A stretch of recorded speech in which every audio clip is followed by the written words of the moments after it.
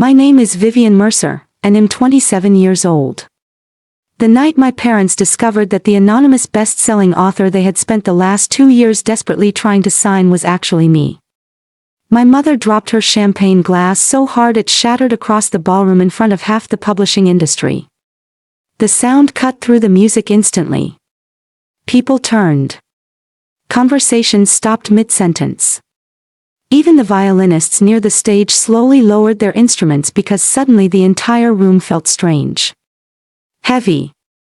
Like something unbelievable had just happened. My brother Grant looked like all the air had been pulled from his lungs.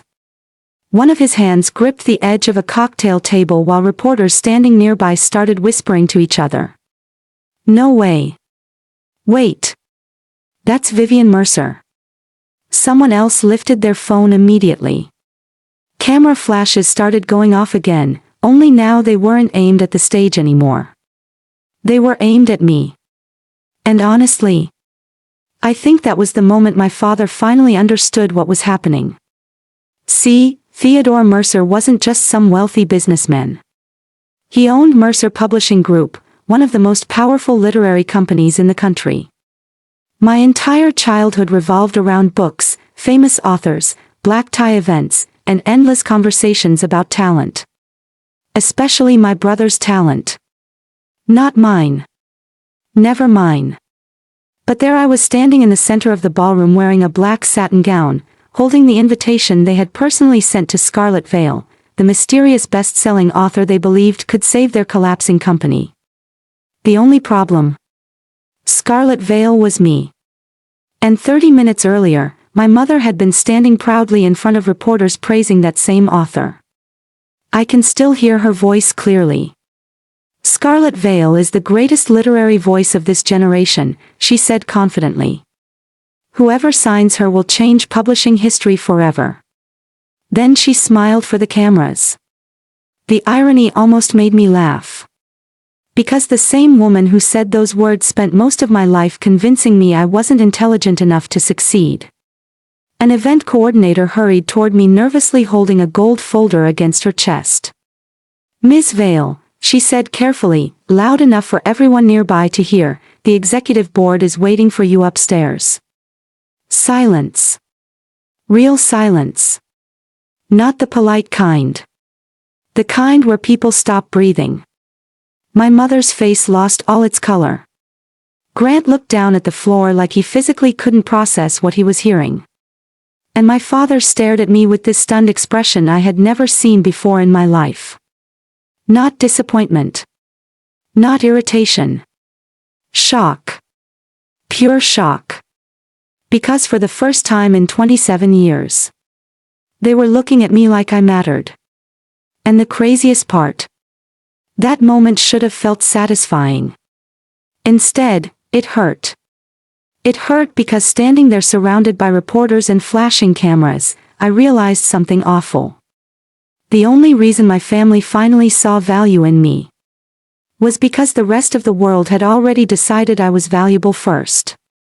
And trust me, getting to that ballroom destroyed parts of me I didn't even know could break.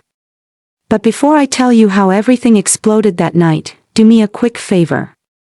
If this story resonates with you in any way, give the video a thumbs up, subscribe to the channel, and comment what time it is where you're watching from.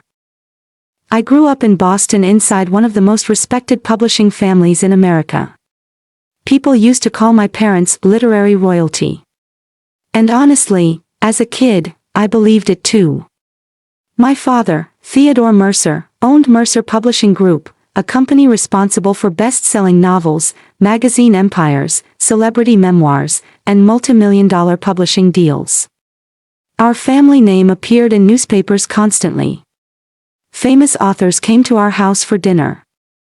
Movie producers called during holidays. Even our vacations somehow turned into networking events.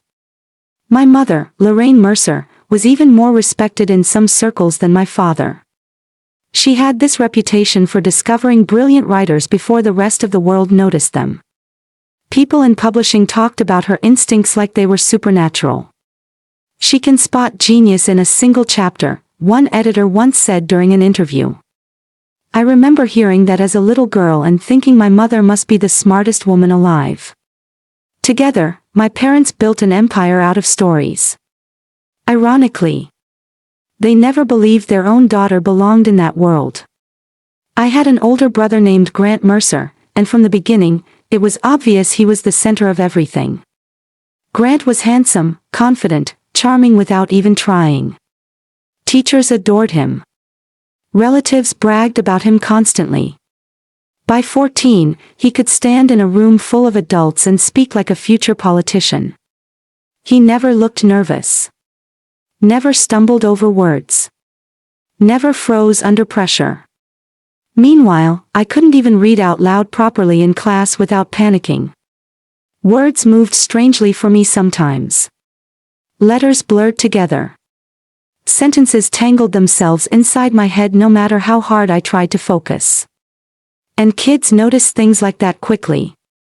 I still remember standing in 7th grade English class while my teacher asked me to read 2 paragraphs from a novel.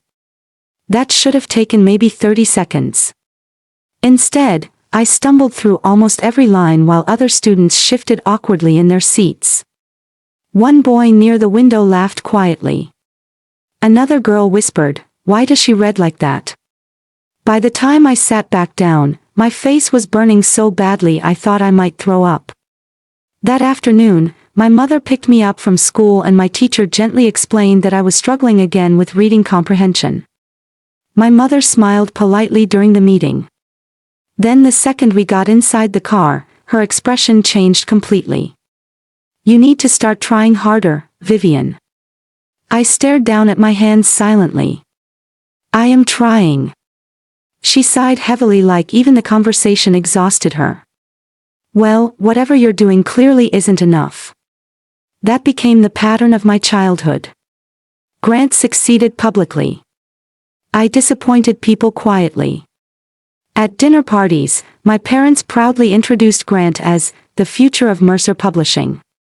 When people asked about me, the answers were always vaguer. "Vivian is still figuring things out."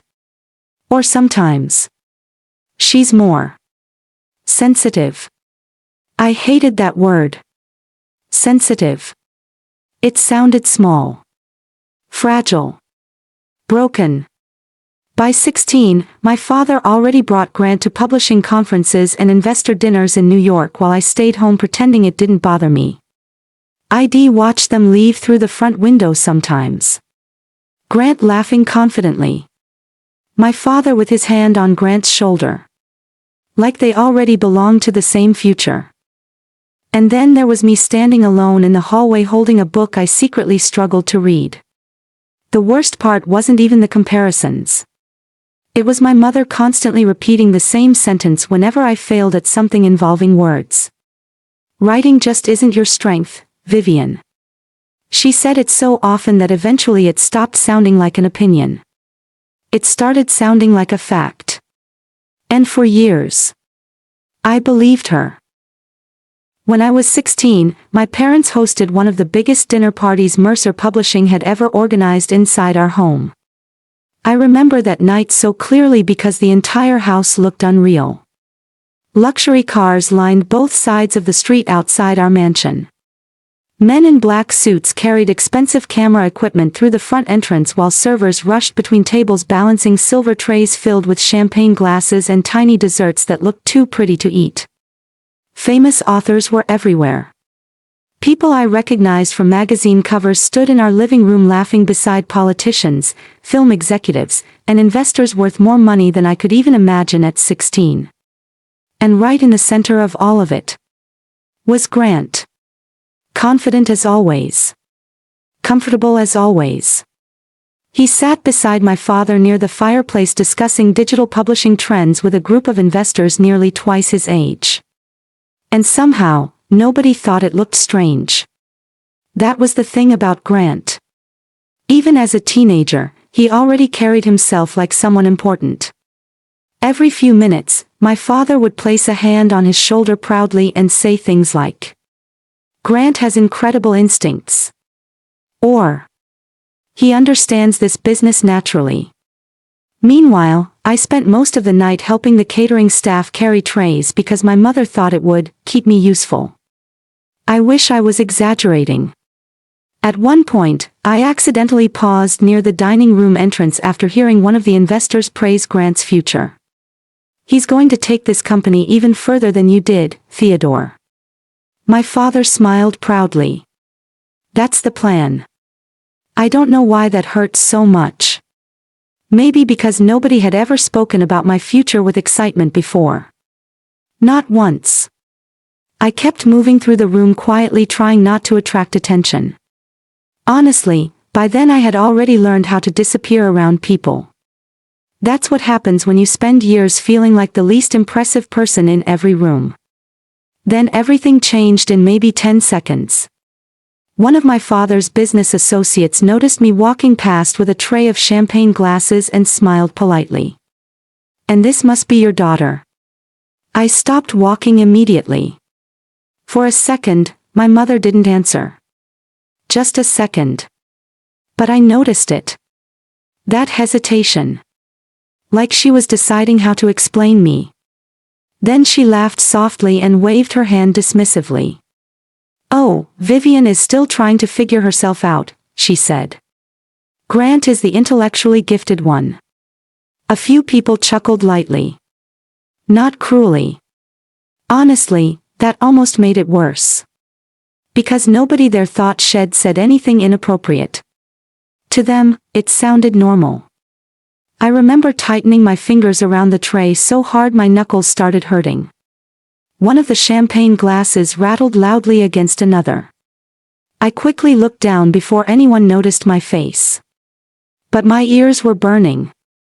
My chest felt tight. And suddenly I couldn't breathe properly anymore. I walked toward the kitchen as calmly as possible because I knew if I stopped moving, I was probably going to cry right there in front of everyone. The second the kitchen doors closed behind me, I set the tray down too fast and one of the glasses tipped over, spilling champagne across the counter. Nobody noticed except one of the cooks. "You okay, kid?" he asked quietly. I nodded immediately even though my throat hurt too badly to speak. That night, after the party finally ended and the house became quiet again, I sat alone on my bedroom floor staring at the old phone my father had thrown away 2 years earlier. I kept hearing my mother's voice in my head. "Grant is the intellectually gifted one." Something inside me cracked open that night. Not loudly. Not dramatically. Just quietly enough to change my entire life afterward. Because around 2 in the morning, while everyone else slept upstairs, I opened a blank document on that old phone and started writing seriously for the first time in my life. After that night, something changed inside me. Not overnight exactly. More like, I stopped waiting for people to believe in me. And quietly, without telling anyone, I started building a completely different life behind a locked bedroom door. I created an anonymous account online under the pen name Scarlett Vale. Even typing the name for the first time made my heart race. It felt dangerous somehow. Like pretending to be someone braver than I actually was. Nobody knew. Not my parents. Not my teachers. Not even Grant. During the day, I was still the awkward girl people underestimated. The quiet daughter standing in the background during family events while Grant collected attention effortlessly. But at night? At night, I became someone else entirely. I'd wait until the house went silent. Usually around midnight. My parents' bedroom door would close upstairs, the dishwasher would stop running, and the last hallway lights would finally switch off. Then I'd pull the blanket over my head, open the old cracked phone my father had thrown away years earlier, and write until my eyes burned. Chapter after chapter. Sentence after sentence. Sometimes my fingers cramped so badly I had to stop typing for a few minutes. But weirdly, those nights became the happiest part of my life. Because inside stories, nobody interrupted me. Nobody looked embarrassed for me.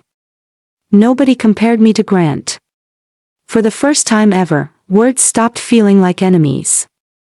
They started feeling like home. At first, barely anyone read my stories. Maybe 3 people. Then 7. Then 20. I still remember the night I woke up at 2 in the morning and saw hundreds of notifications flooding my screen after one chapter unexpectedly went viral.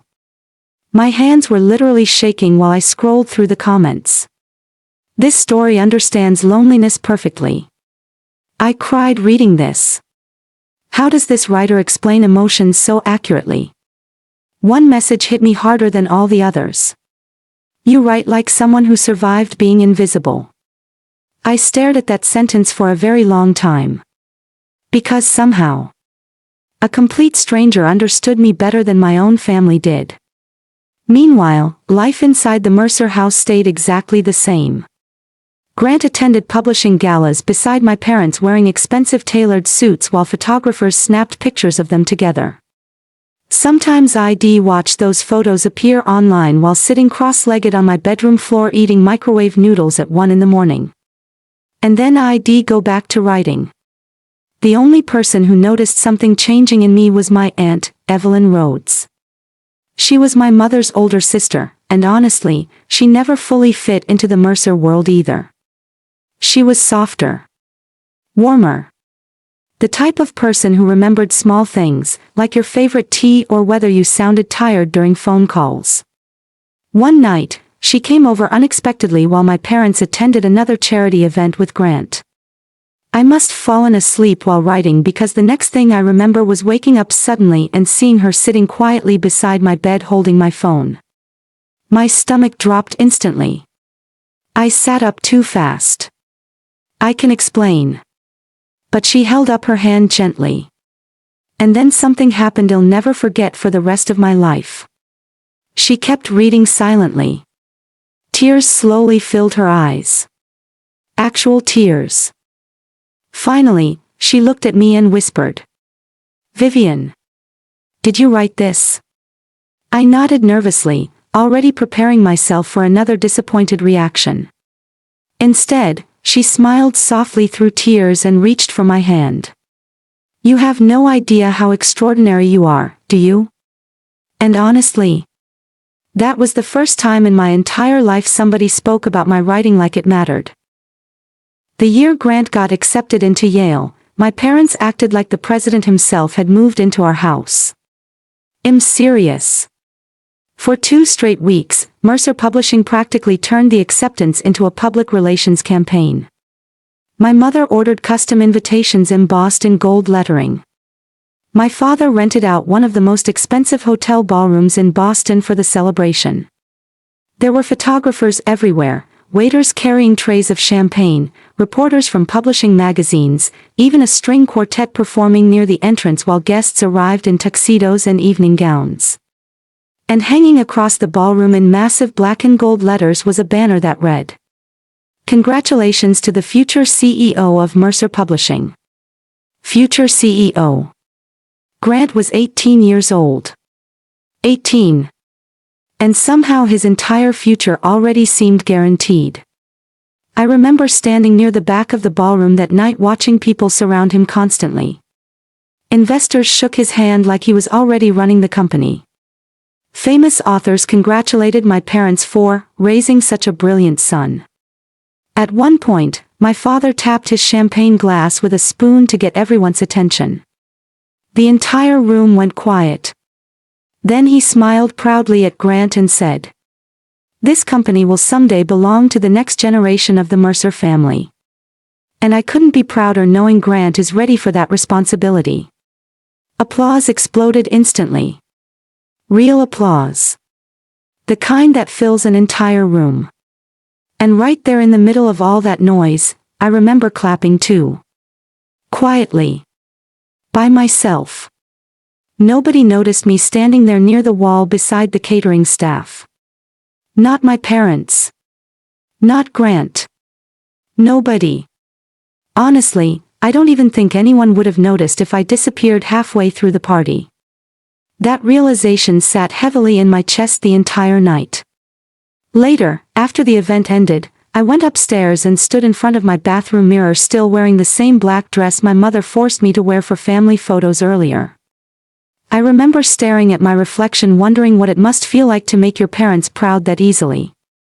3 years later, I finally got accepted into a small college in Minnesota after multiple failed entrance attempts. And trust me, getting there was not easy. I struggled through entrance exams for years.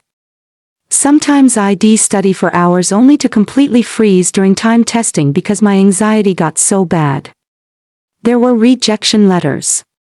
A lot of them. Some days I honestly believed my mother had been right about me all along. But eventually one school said yes. I still remember holding the acceptance email on my laptop screen with tears running down my face because for the first time in years, I felt like maybe my life was finally moving somewhere. That night, I waited until everyone sat down for dinner before telling my parents. I got accepted, I said nervously. The school in Minnesota offered me admission. For a second, nobody said anything. Grant kept eating. My mother reached for her wine glass calmly. And my father barely glanced up from the newspaper resting beside his plate. Well, he said flatly, just try finishing this one. That was it. No congratulations. No smile. No questions about the school. Nothing. Then my father turned the page of his newspaper and continued reading like the conversation was already over. The silence afterward felt unbearable. I sat there staring down at my food, pretending it didn't affect me, while something inside my chest slowly collapsed. Because suddenly all I could think about was Grant's celebration. The ballroom. The speeches. The applause. And then there was this moment. A quiet dinner table. A disinterested response. Like my future mattered so little it wasn't even worth discussing. That night, I locked myself inside my room and cried harder than I wanted to admit. Not loudly. Just quietly enough that nobody downstairs would hear me. And somewhere around 2 in the morning, sitting alone beside my laptop in the dark, I realized something painful. Sometimes silence hurts more than insults ever could. College became the loneliest period of my life. And honestly, I don't think people understand how quiet loneliness can become until they experience it themselves. Not dramatic loneliness. Not the kind from movies. I mean the slow kind. The kind where days pass without anyone genuinely asking if you're okay. I moved into a tiny dorm room in Minnesota with peeling paint near the window and heating that barely worked during winter. The campus itself was nice enough, but compared to the world I grew up in, everything felt smaller somehow. Smaller rooms. Smaller opportunities. Smaller expectations. At first, my parents still called occasionally. Mostly my mother. Usually short conversations. Classes going okay? Did you submit your paperwork? Your father's busy tonight. Things like that. Then gradually, even those calls stopped. Weeks would pass without hearing from anyone at home. Meanwhile, Grant's life seemed to keep expanding beautifully. Magazine articles. Business interviews. Publishing conferences. Every time I opened social media, it felt like another reminder that my brother belonged to a world I had somehow been excluded from. Financially, things got bad faster than I expected. My parents slowly reduced support until eventually the money stopped almost completely. My father called it encouraging independence. In reality, it felt more like being forgotten. So I started working. First at a grocery store, stocking shelves overnight 3 times a week. Then cleaning office buildings before morning classes. I still remember dragging trash bags through empty hallways at 5 in the morning while trying to stay awake enough not to trip over the cleaning cart. Some weeks I skipped meals to save money. There were nights I survived on instant noodles and vending machine crackers because groceries had become something I calculated instead of bought comfortably. And through all of it, I kept writing. Every night. no matter how exhausted I felt. Sometimes small envelopes arrived in my campus mailbox with $50 bills folded inside and handwritten notes from Aunt Evelyn. Eat properly. Aunt Evelyn. I used to cry every time I opened them. Not because of the money. Because someone remembered I existed. One afternoon during my second year, I sat alone in the campus library eating stale vending machine crackers for lunch while trying to finish an assignment before work. That's when I opened social media and saw the photos. Grant's graduation. The entire event looked enormous. Flower arrangements covered the ballroom entrance. Reporters stood beside branded backdrops interviewing publishing executives. Champagne glasses sparkled beneath giant chandeliers while guests posed for photographs beside my family. And right in the center of everything stood Grant smiling confidently in a tailored suit beside my parents. Behind them hung another giant banner. Congratulations, Grant Mercer, new executive director of Mercer Publishing. I kept scrolling silently through photo after photo. Then I noticed the comments underneath. Doesn't Theodore Mercer have a daughter too? Wait. Where's Vivian? She's never around anymore. I stared at those comments for a very long time. Not because I was jealous. Honestly, it wasn't even about the party. It was the realization behind it. Nobody noticed I was missing until it became visually obvious. That hurt in a way I can't fully explain. Because suddenly I understood something terrible. You can disappear slowly from people's lives while they're still technically calling you family. That night, I got back to my dorm after work around midnight and completely broke down. I cried harder than I had in years. Not loudly. Just sitting on the floor beside my bed with my laptop open while snow hit the window outside. And then sometime close to sunrise. I wiped my face, opened my manuscript, and started writing again. Everything changed during my final year of college.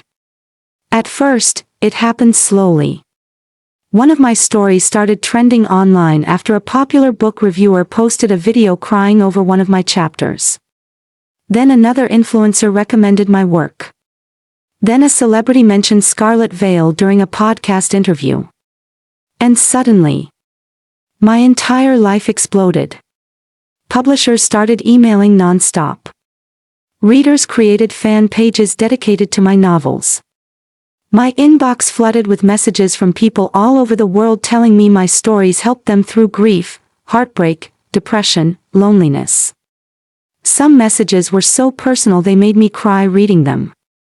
One woman wrote, "Your books make invisible people feel seen." I saved that message for months. Then came the contracts. Huge ones. Publishing houses competed aggressively for Scarlett Vale. Streaming companies fought for adaptation rights. Literary blogs called me the future of emotional fiction. And the craziest part. Nobody knew Scarlett Vale was me. Not my parents. Not Grant. Nobody. I stayed anonymous intentionally because somewhere deep down, I still couldn't separate success from fear. Part of me honestly believed that if people discovered who I really was, they'd suddenly stop seeing value in the work. Like the name Vivian Mercer would somehow ruin the magic. Meanwhile, Mercer Publishing itself started struggling badly. Grant had officially become executive director after graduation, but several business decisions under his leadership failed publicly. Expensive digital investments collapsed.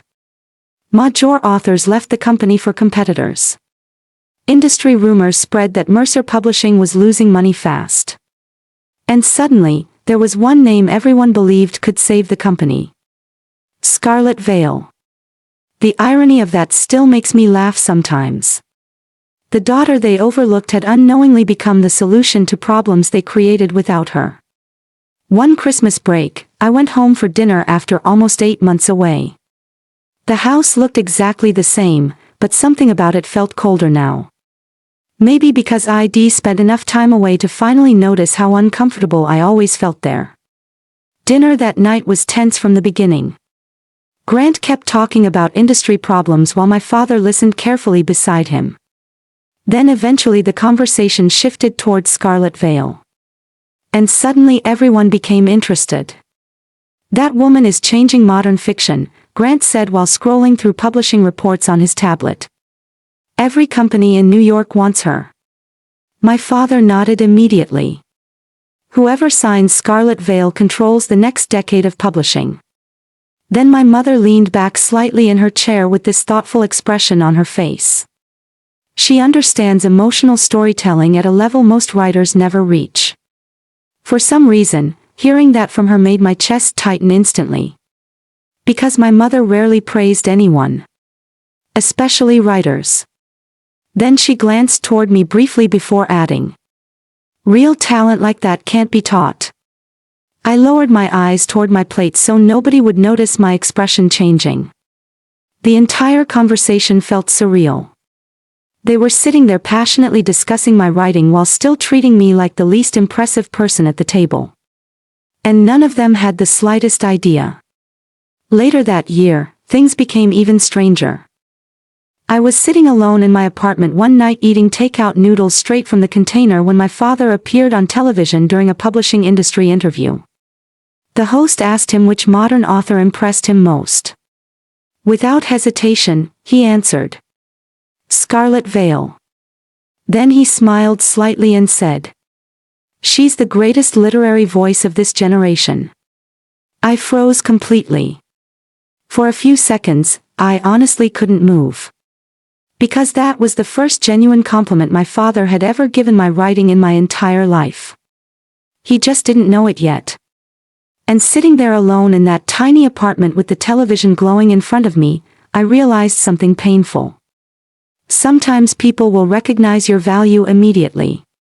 As long as they don't know it's you. A year later, Mercer Publishing organized the most expensive literary gala in the company's history to officially finalize negotiations with Scarlett Vale. And honestly, the entire thing felt less like a publishing event and more like a public rescue mission. By then, rumors about Mercer Publishing's financial problems had spread everywhere. Industry blogs were reporting massive losses. Investors were nervous. Several best-selling authors had already left the company for competitors after disastrous leadership decisions under Grant. People whispered constantly about whether Mercer Publishing was collapsing. But Scarlett Vale? Scarlett Vale was supposed to save everything. That's what made the night so surreal. Because the same family that once treated me like an embarrassment was now desperately depending on a woman they didn't even realize was me. The gala took place inside one of Manhattan's most luxurious hotels. The lobby alone looked unbelievable. Crystal chandeliers. Camera crews. Red carpets. Walls covered with giant black and gold banners displaying Scarlett Vale Times Mercer Publishing. Reporters crowded near the ballroom entrance waiting for updates while industry executives moved through the room carrying champagne glasses and pretending not to gossip about the company's situation. I arrived nearly 40 minutes late intentionally. Partly because I needed time to breathe. And partly because I wanted them nervous. The car ride there was honestly one of the hardest moments of my life. Not because I doubted myself. But because I knew once I walked inside that ballroom, nothing about my relationship with my family would ever feel the same again. I still remember staring out the tinted car window watching Manhattan lights blur across the glass while my heart pounded so hard it almost made me nauseous. Then the driver pulled up to the entrance. And suddenly cameras exploded everywhere. Flash after flash after flash. Photographers started shouting immediately. "Miss! Over here. Can we get a picture? Who are you wearing tonight?" I stepped out slowly wearing a black satin gown and Evelyn helped me choose 2 weeks earlier. Simple. Elegant. Powerful. For the first time in my life, I didn't feel invisible. Inside the ballroom, the atmosphere felt tense beneath all the luxury. My father stood near a group of investors pretending everything was under control while Grant moved nervously between reporters answering questions about the future of Mercer Publishing. My mother, meanwhile, looked completely confident. That part almost hurt the most. Because 30 minutes before I arrived, I watched her standing proudly in front of cameras giving interviews about Scarlett Vale. I could still hear her voice clearly. Scarlett Vale is one of the most emotionally gifted writers of our generation, she said smoothly. Partnering with her marks the beginning of a new era for Mercer Publishing. People applauded after she finished speaking. And the entire time, she had no idea she was talking about me. The moment I entered the ballroom, my father noticed me first. At first, he smiled politely the same way wealthy people smile at unfamiliar guests during formal events. Grant glanced over too but immediately looked distracted again by another conversation. Neither of them understood. Not yet. Then everything changed. An event coordinator hurried toward me quickly holding a gold folder tightly against her chest. She looked nervous enough to trip over her heels. When she reached me, she lowered her voice carefully, though honestly half the room still heard her. "Ms. Vale," she said respectfully, "the executive board is waiting upstairs whenever you're ready." Silence. Real silence. The entire ballroom froze. I watched confusion hit my father's face first. Then disbelief. Then horror. My mother's champagne glass slipped from her hand and shattered violently against the floor beside her heels. Several people gasped. Grant looked like he physically couldn't breathe anymore. One hand grabbed the edge of a nearby table while reporters immediately started whispering around us. "Wait. Vivian Mercer. No way. That's Scarlett Vale." Camera flashes exploded again, only now they were aimed entirely at me. And my father. God, I'll never forget his expression. He stared at me like his entire understanding of reality had collapsed in front of him. Not anger. Not pride. Just shock. Pure devastating shock. Because in one single moment, my family finally realized the quiet daughter they spent years underestimating had become the woman powerful enough to save, or destroy, everything they built. And across the ballroom near the back wall, Aunt Evelyn stood quietly holding tears in her eyes. Unlike everyone else in that room, she looked proud instead of surprised. Everything changed after the gala. And honestly, that was almost harder to deal with than the years they ignored me. Because suddenly, my family knew how to see me. That same night, my phone started exploding with calls and messages before I even made it back to my hotel. Industry executives, reporters, publishers, and mixed between all of them were messages from my family. My family. People who had gone weeks, sometimes months, without checking whether I was okay. The first call came from my mother around 1 in the morning. I remember staring at her name glowing on my screen for almost 30 seconds before answering. For a few moments, neither of us spoke. I could hear her breathing softly through the phone. Then finally she whispered, "Vivian." Her voice sounded fragile in a way I'd never heard before. "I always knew you'd become successful." I closed my eyes immediately. Not because I believed her. Because we both knew she was lying. And somehow, hearing her rewrite history hurt more than the truth itself. I didn't argue though. I was too emotionally exhausted for anger anymore. The next morning, my father called 3 times before I finally answered. This time he skipped formalities completely. "Mercer Publishing needs you," he said immediately. Not, "I'm proud of you." Not, "I'm sorry." Needs you. Then he spent nearly 20 minutes talking about family legacy, rebuilding the company, investor pressure, and keeping Scarlett Vale inside the Mercer empire. For the first time in my life, my father spoke to me like someone important. And honestly, That realization felt devastating. Because it proved something I spent years trying not to believe. The world had to value me first before my family ever would. Even Grant reached out. He sent a long emotional email around midnight apologizing for years of distance between us. Some parts sounded sincere. Other parts sounded panicked. But one sentence stayed with me. "I didn't realize how badly we failed you. We. Not just our parents. We." Funny how success suddenly teaches people how to love you loudly. A week later, I agreed to have dinner with all of them at my parents' house. The same house where I spent years feeling invisible. And the second I walked inside, everything felt different. My mother hugged me immediately. Too tightly. My father suddenly cared whether I'd eaten during the drive. Grant pulled out my chair at the dinner table like we'd always been close siblings. The whole evening felt strangely rehearsed. Like everyone was trying desperately to become the family they should have been years earlier. Halfway through dinner, my father finally leaned forward and placed a thick contract folder on the table beside my wine glass. "Whatever other offers you've received," he said carefully, "Mercer Publishing can do better."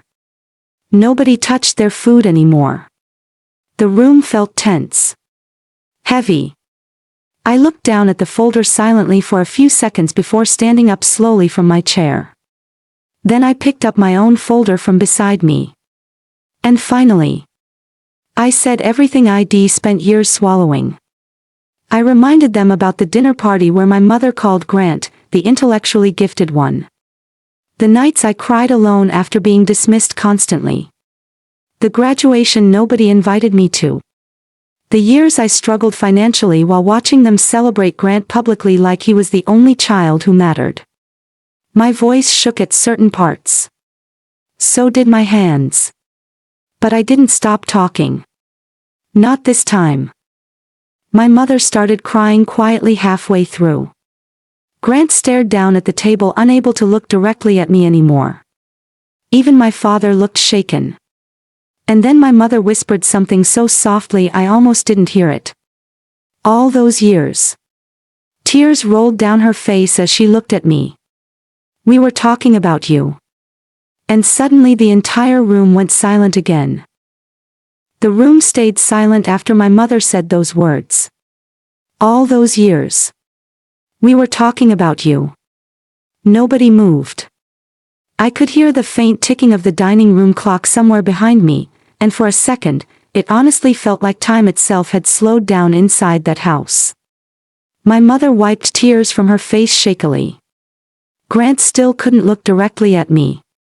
And my father sat unusually still, staring at the folder in front of me like whatever happened next might decide the future of everything he spent his life building. Then I finally took a breath and said the one thing none of them expected to hear. "I forgive all of you." The reaction was immediate. You could literally feel the relief move across the table. My mother covered her mouth and started crying harder. Grant closed his eyes briefly like he'd been carrying tension in his chest for days. Even my father smiled slightly for the first time that night. Because in their minds, forgiveness meant reconciliation. It meant the story was finally ending the way they wanted. Family repaired. Company saved. Everything restored neatly. But they still didn't fully understand me yet. Slowly, I opened the folder in front of me. My father leaned forward immediately, probably expecting the Mercer Publishing contract inside. Honestly, part of me hated what happened next. Not because it was wrong. Because I knew it would hurt them. But some truths arrive late. And late truths still carry consequences. I slid the document carefully across the table. My father picked it up first. At first, his expression looked confused. Then it changed completely. My mother noticed instantly. "What is it?" He didn't answer right away. Grant grabbed the paper next. And suddenly the entire room went silent all over again. Because sitting inside that folder wasn't a Mercer Publishing contract. It was a finalized multi-million-dollar publishing agreement with Blackwell House International, Mercer Publishing's biggest rival. The contract had already been signed earlier that morning. For several seconds, nobody spoke. Not because they lost the deal. Honestly, companies lose deals every day. This was different. This was the moment my family finally understood something painful. The daughter they spent years underestimating had become successful enough to build a future that no longer depended on them. My father looked older somehow, sitting there holding those papers. Not angry. Just stunned. Like he was finally realizing how many years he spent looking in the wrong direction. Grant leaned back in his chair, quietly rubbing one hand across his face while my mother cried silently beside him. And weirdly enough, I didn't feel victorious. I thought I would. But I didn't. Because revenge doesn't heal what neglect breaks. Not really. What I felt instead was something much calmer. Freedom. Real freedom. The kind that comes when you stop begging people to see your worth. That night, I walked out of the Mercer mansion carrying nothing except my purse and car keys. No screaming. No dramatic final argument. No hatred. Just closure. Outside, cold air hit my face as cameras flashed near the front gate waiting for statements about the Scarlett Vale deal. But for the first time in my life, I wasn't scared of being seen anymore. As I drove away from the house, Boston lights blurred through my windshield while one thought repeated quietly inside my head. Sometimes the greatest achievement in life isn't proving people wrong. It's finally realizing you never needed their permission to believe in yourself. And if there's one lesson this story taught me, it's this. Never let other people's limited view of you become your identity. Sometimes the people closest to you will misunderstand you the most. Keep going anyway. And if this story touched you in any way, don't forget to like the video, share it with someone who needs encouragement, and subscribe to the channel for more emotional true life stories with meaningful lessons. Also comment below. What part of Vivian's story affected you the most?